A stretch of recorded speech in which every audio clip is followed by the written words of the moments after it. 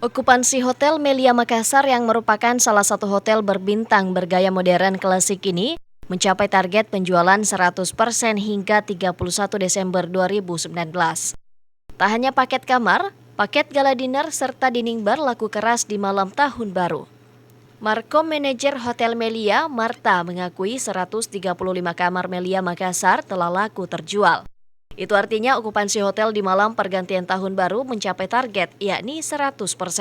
Kita itu untuk saat ini kamarnya kita sudah full 135 kamar karena kami punya 4 tipe kamar di sini yang dimana ada the level, junior suite, deluxe dan juga premium, seperti itu. Marta mengakui banyaknya tawaran kegiatan serta promo-promo menarik yang disediakan manajemen Hotel Melia menjadi salah satu faktor okupansi hotel meningkat drastis di malam pergantian tahun baru kali ini.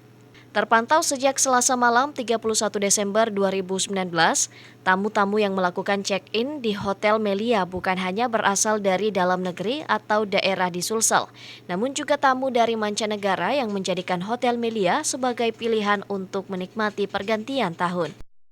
Tridewanti, Fajar TV dan Fajar Radio melaporkan.